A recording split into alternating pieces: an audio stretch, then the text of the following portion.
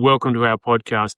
Today we're talking about 6 powerful things you can do to change the way your horse relates to you.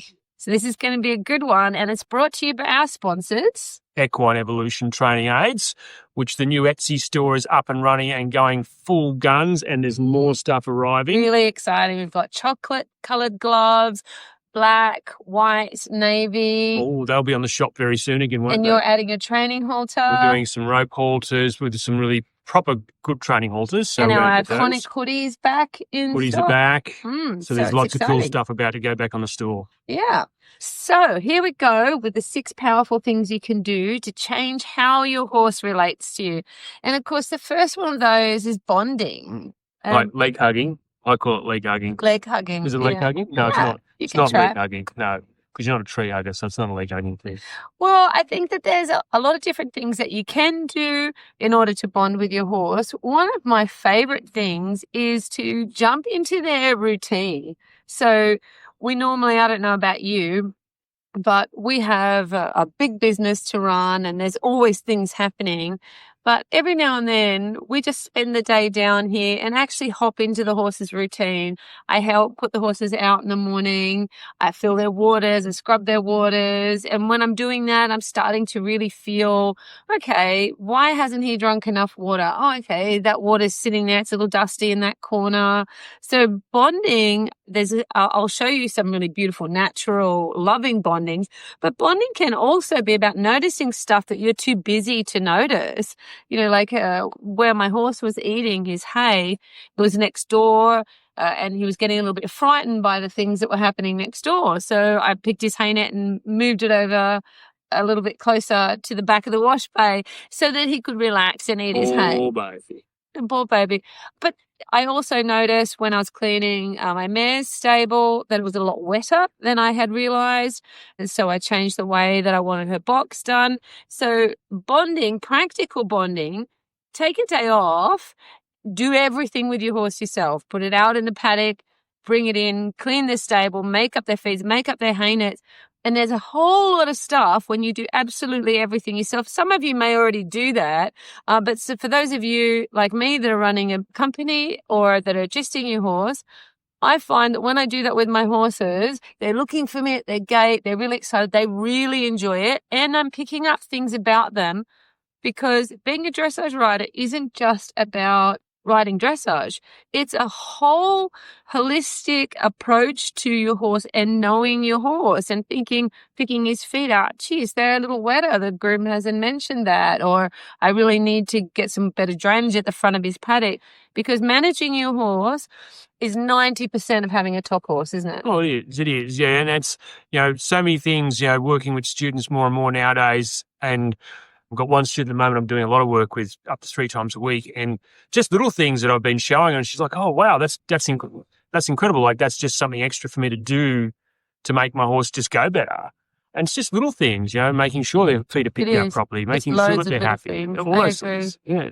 But to do some leg hugging or tree hugging, as Greg calls it, I'll walk down to their paddock, I'll scratch them in their favourite spot, and when they're really going, oh my God, I love that, mummy, I'll just leave. Right as they're really loving it. Yeah, that's cool. That's not leg hugging. Yeah, that's just teaching them to look forward to seeing me. Yeah. Another bonding that I absolutely love is we have our routines with our horses. So if they're not going to a show, they have Sunday off. They have a lunge on Monday. They do this, they do that.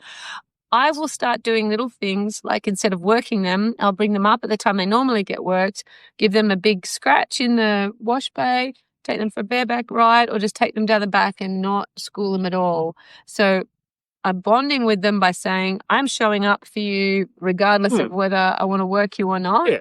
I think that style of bonding especially applies to if your horse is injured. And I know a lot of people will just turn their horses out in the paddock, but that I still keep my horse's routine. So that hours gap or 2 hours gap that I have for my horses, I still keep that for the same horse, whether I'm working them or not. I don't think if they're injured, they actually need a little bit more, don't they? Really? Yeah. A bit of extra TLC, depending on the injury as to how you can treat it. If it's a bit of a muscle type thing, you can actually help them by extra icing, extra massaging. If it's a bone type thing, you've got to just rest them. But you can also give them extra grooming and stuff. So and it's important. I think it's important if they're feeling off. Oh, for sure. I remember when Jack was young and he was, unfortunately, he's Greg's horse when he's naughty, and he was a really cheeky youngster. And he got equine influenza, if any of you remember that. It was terrible. The vets didn't know how to treat it, and they were spiking huge temps and had green snot hanging out of their nose. Anyway, my Grand Prix horse at the time and Jackie Boy, who was 3, they got very ill and ended up needing a tie back. And Jack, who had always been so difficult, they said, you'll never be able to nurse him. Leave him here at the surgery. I said, no, I'm a good nurse. I'll nurse my own horses. We brought them home. They both made a full recovery. But the time that I normally work them in, I groomed them. I cleaned their wounds. I spent loads of time because you couldn't hose them, couldn't even take them out. You didn't even want them to whinny or move just so that they didn't pop any stitches because their entire airways. That was the old school tie-back suit. Yeah, it was pretty full on. But the moral of the story is at the end of that time, Jack was never difficult to catch or deal with ever again. He loved me after that surgery. He and I were best mates. He'd see me coming with a grooming bag and he'd think, So grooming is a really super way of bonding.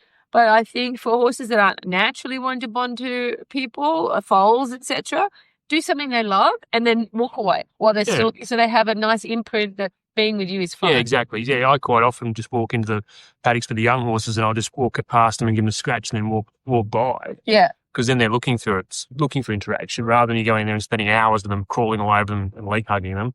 Just spend a bit of quality time. So actually, but also I just talk more about nowadays when we do that sort of stuff is how would they bond in the herd? Like there's a herd of horses there, how would they bond? So, the lead mare might walk through and greet everybody, but it's all very structured and it's not hours and hours being there, especially the young horses, but do something nice for them so they appreciate you being there. I didn't know that herd mares went around and bonded with all their little... Well, they're in charge of them all, so they've got to kick the colts up the butt, make sure the that's Greg's style of bonding. Give you a kick and you're done. Yeah. So it's interesting. I just discuss that more and more with people nowadays when they talk about, my horse is this, my horse is that. I said, well, horses do need leadership, and some horses love leadership, and that's what they're after in a herd. So when these people are like, I'm worried about herding them and stuff like that, I said, well, if you're an old alpha mare, you would have already bitten and kicked the crap around that horse anyway. So don't worry about you ever trying to hurt your horse because you're not going to be able to hurt it any more than anywhere near as much as what the alpha mare would have done to put them in line. Yeah, not saying go out there and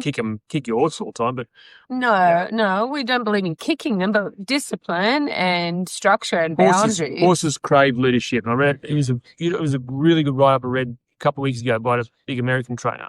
But and I thought, wow, need to read it, Greg. You know it. We know it. Yeah, once I read it, I went, well, geez, that's how we actually do things. We actually make sure that the horses have some leadership and guidance as to how they do things. So even though we're bonding with them, it's very structured as to, this is how we want them to react afterwards. So I see where you're going with that. So you're saying even though we bond with our horses, and I truly believe that our animals are equal to us, our dogs, our cats, our horses, they deserve good treatment, the same as we expect. Yep.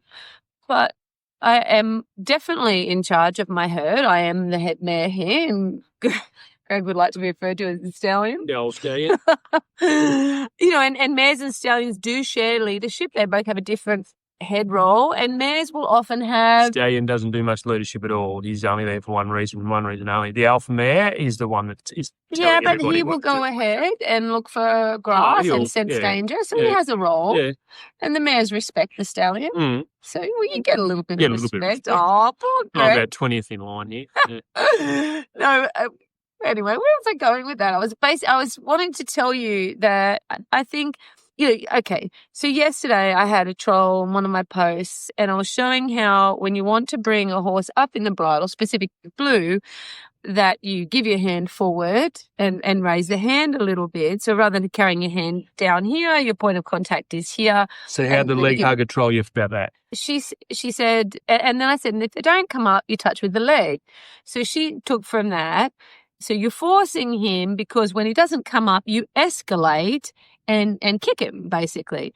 And it made me stop for a minute. And I thought, first of all, using your leg is not escalating. Using your leg is riding, right? And if horses don't have any guidance, they're not going to go around with the pole the highest point, the nose in front of the vertical and using their back, because horses didn't sit down and read the textbook and go, right, my biomechanics says that I should carry with the hind quarter, that my head's too heavy, so I've got to sit more behind, and I've got to go pole the highest point, nose on the vertical. Some like to go deep, some like to go long, some don't like to go at all, and I think we have to be very careful that while we're talking about bonding and loving and everything else, that you still understand that a horse is a horse, and my dog is a dog. So my boundaries I set for my dog. Wait, I don't set any boundaries for my dog. They're very different because I can just pick him up and carry him. He doesn't have to do the sport. He's not my partner that way. All I need from my dog is that he knows out so he doesn't get trampled. He knows come so he doesn't get run over, and that he will sit on my lap. Your dogs so mostly I'm pretty good. They dogs don't come when They you call. always come. So most disobedient dogs I've ever seen in my life. the first powerful thing you can do to change the way your horse relates to you is to make him look forward to seeing you with pleasure. And that can begin with anything from how you use your stable management to when you walk into the paddock, the horse thinks, oh, yay, she's going to give him my favorite treat. Whatever that is. Yep. That could be a scratch. So a scratch for Ren, a lolly for Blue, and for Jack, he just loves you to take his fly hood off and rub his eyes and give him a kiss. And if I have time, I'll take him out for a green pig. So that's number one. What's number two for you, Greg? Number two is, I would think, mixing it up a little bit with your training and riding. Yeah. And I have so exciting news. Greg is building me an equitation course down the back, aren't you, Greg? Well, it's actually not for her. It's actually for the company, for the business. So we will be opening up our equine evolution equitation course down the back, which we'll be doing days. We'll be doing an open day for that later on. We'll announce that.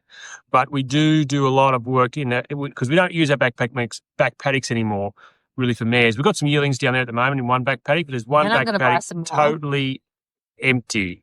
It can have cows in it if we put anything in it. So we're turning that into a big course of, there'll be some hill climbing stuff, there'll be some bit of jumping stuff, there'll be some winding stuff. Anything you'll ever find in an equitation. Winding? Well, winding through different poles and through obstacles. And then you've got a steep bank. Up and down. Bridge. And I want to do a fast equitation course because once I've done it once or twice, or maybe we've run 10 times, I think it'll be boring. So make sure you build it in so I can go really fast. Well, there's going to be part of me speed course. So you've got your gallop track on the side, which you haven't even timed yourself on yet.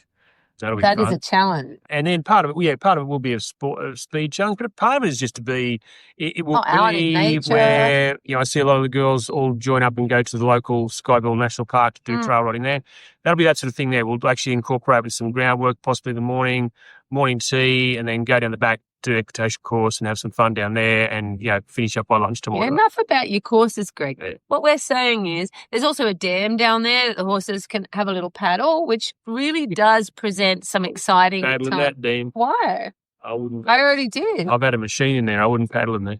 What's in there? An alligator? Yeah, there's probably gators and stuff in there. I think they'd be sorry if they had took a bite of But there's that. There'll be so you can call it, like with that sort of course even down the back. You've got gallop track, you've got some jump stuff down there, obstacles, and it's about it's not about taking them down there and wearing them out. It's about giving them something else to look at, something else to think about, something else to get their mind off things. It's interesting. I was reading a book the other day, and this racehorse trainer was talking about how he rounds up cattle and stuff with his racehorses. And that's how he takes his horses out to give them different things to do. And he might just follow the horses follow the cows for a couple of hours. So even like that sort of industry has already started to look at that stuff. Bag's not riding the racehorses amongst cattle. My God, it's hard enough to ride my dressage horses amongst cattle. But mix it up, do some different things with them and even go rides. Hand walks, like take them for a big walk. Oh, now, see, I love that. Greg used to get his stallions out and he'd say for half an hour a day he can go wherever he wants, and the stallions except for near the mares. Yeah. But they'd go for Grimpy Key and they'd go for, and just, it was their choice. There wasn't always this discipline, and I think sometimes hand walking, I know for me, when I go down to the obstacle course for the first time, my horse is going to be really high about it. And then they're dressage horses, so they're obedient, mostly. And I think sometimes in hand you're a little bit more relaxed and able to let them have a play and let them take charge a little bit. So horses are so contradictory. I just said that they can't take charge, that we have to, and now I'm saying that they can take charge. But within boundaries. So they can take charge, but not come within but an arm's length. you're allowing them to get associated with different things they're not used to as well. So that's not giving them their own way. You're saying, well, here's an object you've never seen before. What do you think of it? Some horses want to walk up to things and sniff it and look at it. Other horses would prefer to be looking away from things and not. And others would prefer to knock you over and run away, and that's where the boundaries come in. Yeah, that's where boundaries. And we would love to talk to you about those groundwork boundaries, Greg, about how you keep a horse an arm's length away and how you keep a horse from not running, past and then over the top of you. I know that I have benefited hugely in my career from horses that really give me the heebie-jeebies. I'll just quickly put them through Greg's groundworking course. It might take me 5 minutes or 10 minutes for 2 or 3 weeks. But all my horses know ground type. That's shortcut, isn't it? 2 or 3 weeks. Yeah, but I'm really good at it. All right. The first powerful thing is your bonding and being part of their life in the stable. But your second one, which is mixing it up, taking the trail ride and galloping, swimming, hand walking. And if you guys want, we can list those out for you in the comments of all the different things that we do with our horses. But the third one that I really like is let them get out of bed nice and slow. So when we go down to the arena, and I've had heated discussions many times with clinicians about warm-ups and how I like to structure them and that sort of stuff.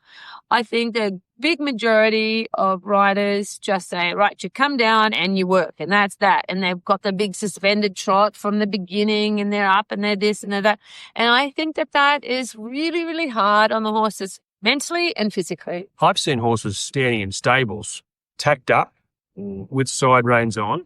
What? Yeah, with side reins on? With side reins on, in a stable waiting to be worked. So they could be standing there. There's Dale walks through this barn. There's probably 2 or 3 of these horses standing in one barn waiting to be worked, and they were working already one down the arenas anyway. These horses were waiting, and that's how the groom would lead them out. The rider would get on. They'd take the side reins off, and the horse would walk down to the arena, all ready to go. Hang on. I'm all ready to go. Oh, yes, nose. Nose bands done up extra tight, head jammed up to their backside. Oh, head jammed up to the backside. Look, So that was really relaxing for them to go into their work program. So that is not the way that I like to do it. I have ridden a horse in side reins once because he would, it was about 30 years ago. And I think I know what I would do now. Death?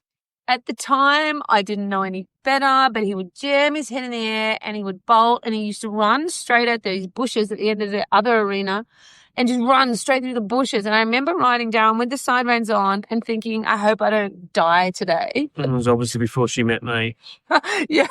So we all make those ridiculous mistakes, and most mistakes are made out of ignorance, or they're made out of desperation when you're just like, I don't know how to control you anymore. I don't know what else to do with you. And anyway, I digress. That's just, a very embarrassing anecdote from when I was younger. That horse did go to Grand Prix though, not with me. I got him to Grand Prix and then I sold him, but it was a very cool horse in the end once he stopped pissing off into the bushes. Anyway, the story behind that is what we tend to do is when our horses are ready to go down to the arena to start working is they're taken down fairly relaxed. They're walked on the arena. Some horses are ridden down to the arena. Some horses are led down to the arena. And it's about just getting the horses just to breathe to start with, because when you're first on their backs, you're asking them questions about, well, how was your night's sleep? Did you enjoy your breakfast? Did you eat everything up? How are you feeling? Are you landing squarely on all your feet? Yep. Do I feel that the overtrack is really even?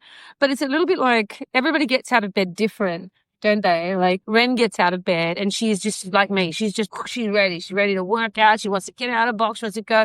Jack gets out of his bed. He has a little drink. He has a bit of hay net. Who are you going to say what it means? A bit like you. Yeah, Greg gets coffee in bed. Greg gets coffee in bed. And breakfast in bed every morning. As CEO, I'm entitled to that.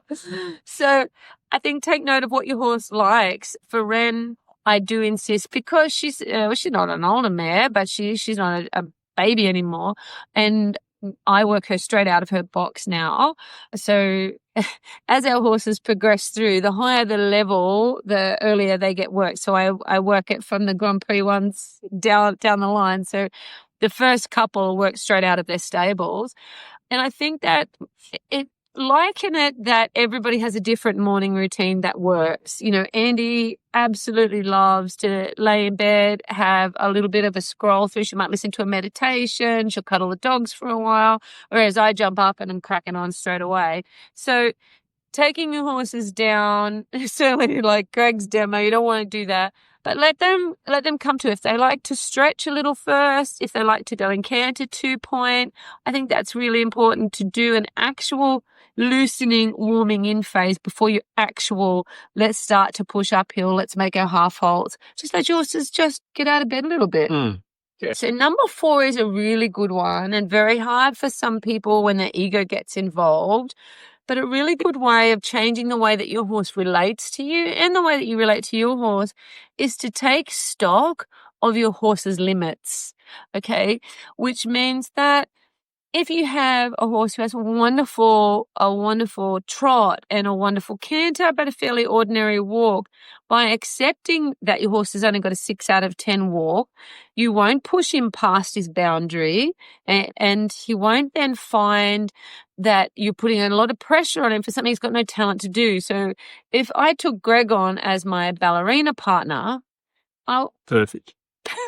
I would understand I couldn't lift Greg. I would understand that Greg couldn't do some of the moves, maybe, but Greg might be able to lift me. I don't know. All those moves. It's very true because, I mean, there's paces you can create and there's paces you can't. So you can your walk and canter is what I always rate my horses on to start with when I first look at them, because your horse's walk and canter can't really be that improved upon as to what they are as unhandled horses as such. Pace. Your trot can be certainly manufactured, as we've seen over the years with different horses coming out manufactured. But you've got to accept that if when I look at a horse and if we're looking at a horse to buy and I go, the horse has got no walk, so I don't want it because I want a horse with really good walk and a really good canter. I just won't touch them otherwise. So that's where I go. It's easy for if it's Greg, limited, isn't it, Mr. Perfect here? Yeah, but if it's limited, but if I'm looking for a horse for somebody that doesn't want so much a horse, it's going to be, they might want a show horse, or they might want a horse just low grade dressage horse or a show jumper.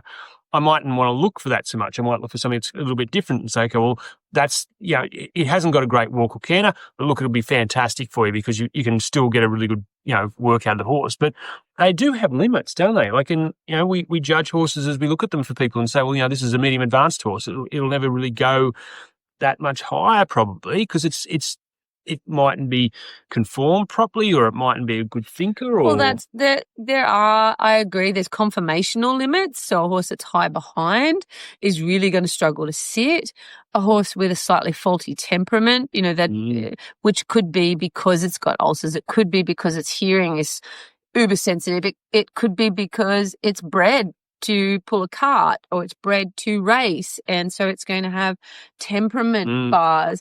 So looking at those things can really help you to then set a goal structure for that horse. So for instance, since we're being honest here, our favourite horse, Jackie Boy, had a very big limit in the piaffe because he's a very laid back guy, except when he isn't. If he's spooking, he ain't laid back.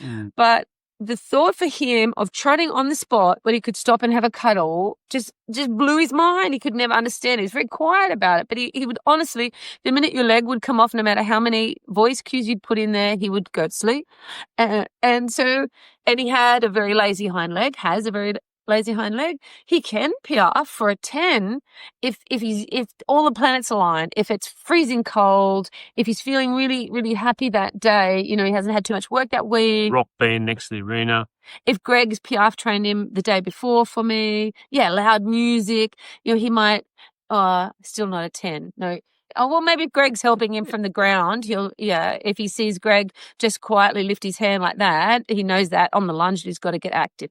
Anyway, the point is that when I piaffe Jack, I say 6 is good enough because I wasn't prepared to blow his brain or his body or his love for me by pushing him beyond that.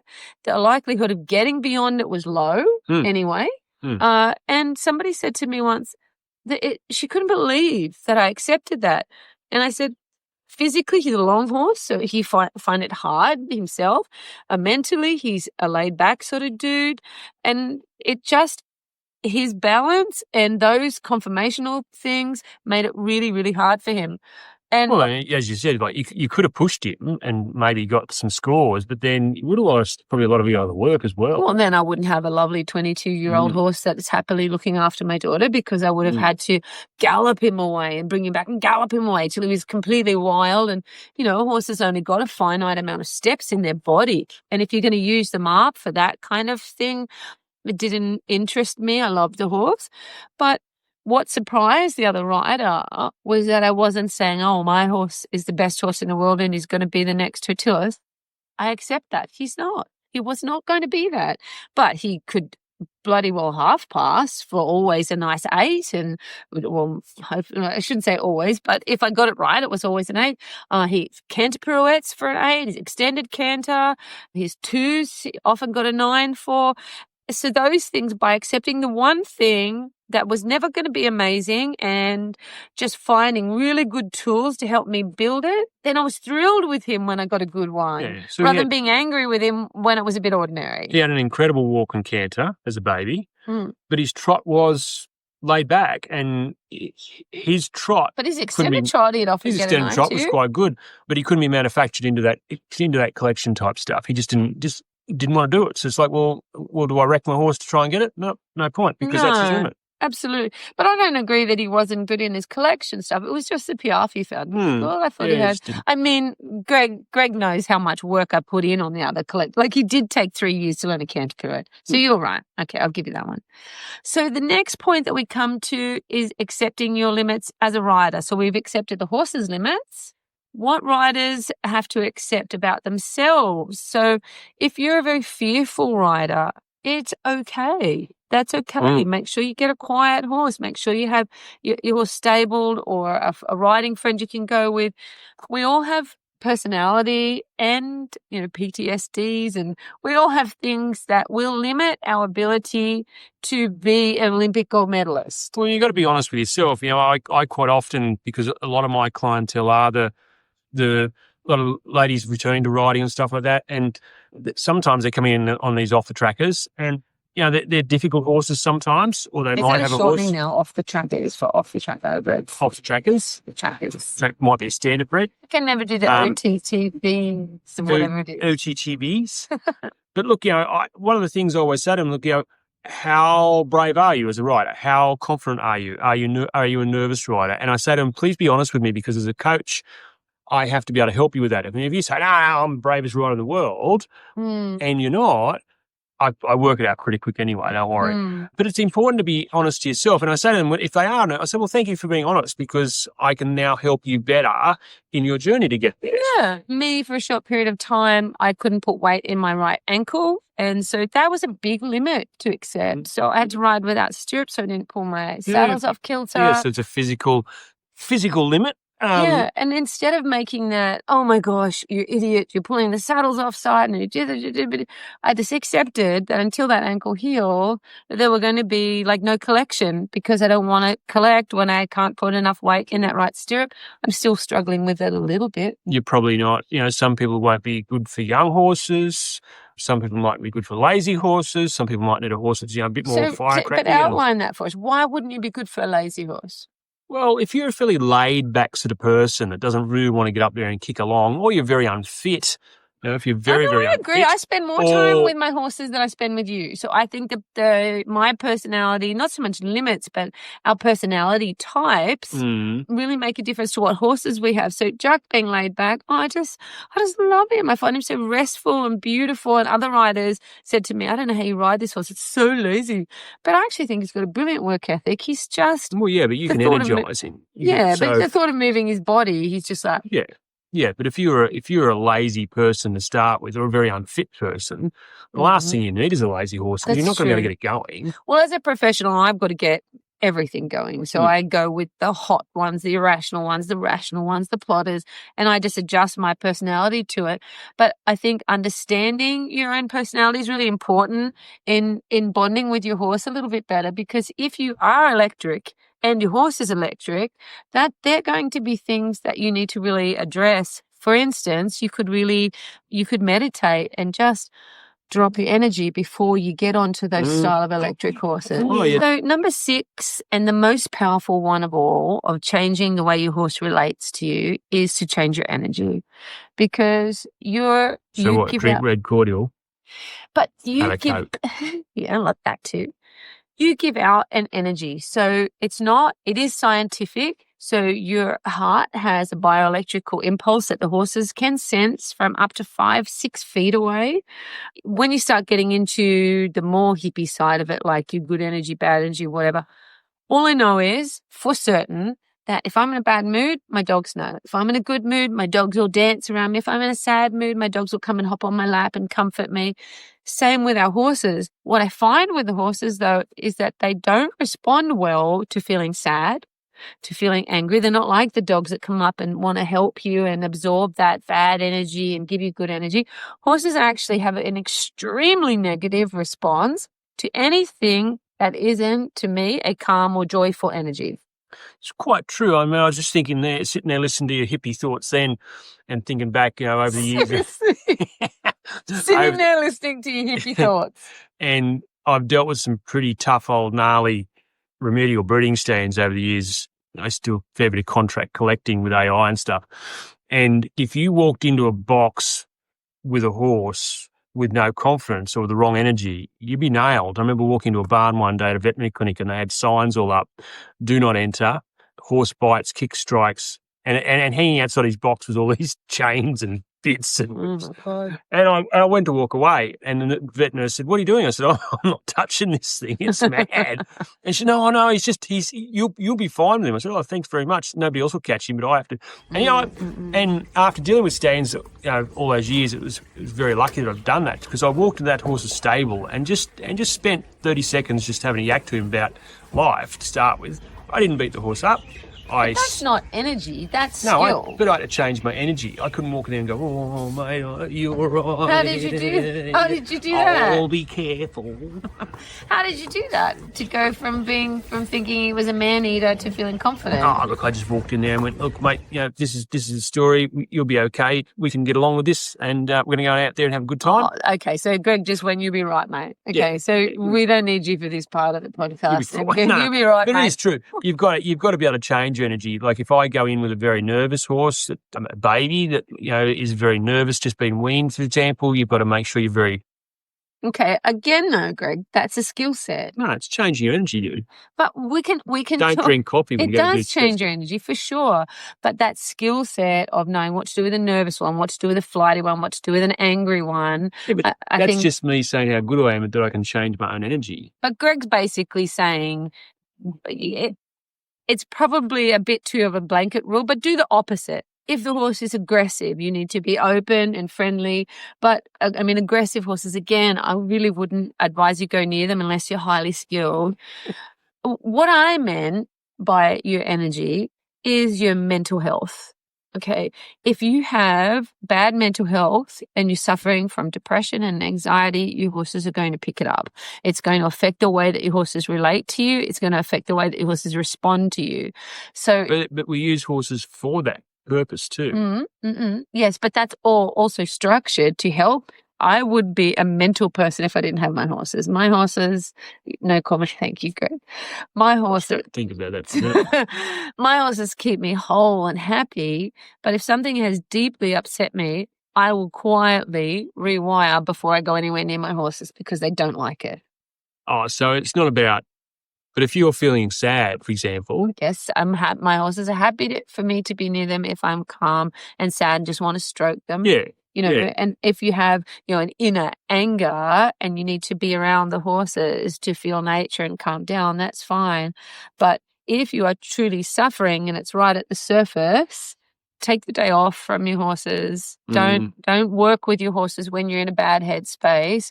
And especially anger. Anger is a really bad thing to go near horses with. Well, and unfortunately, horses incite anger in so many people because you put all this money into them and you want to win and you're worried about what those people are going to say and you need this and you need that. And, and then my horse has limits and I refuse to accept them and I'm getting mad about it. Or if you're in a rush.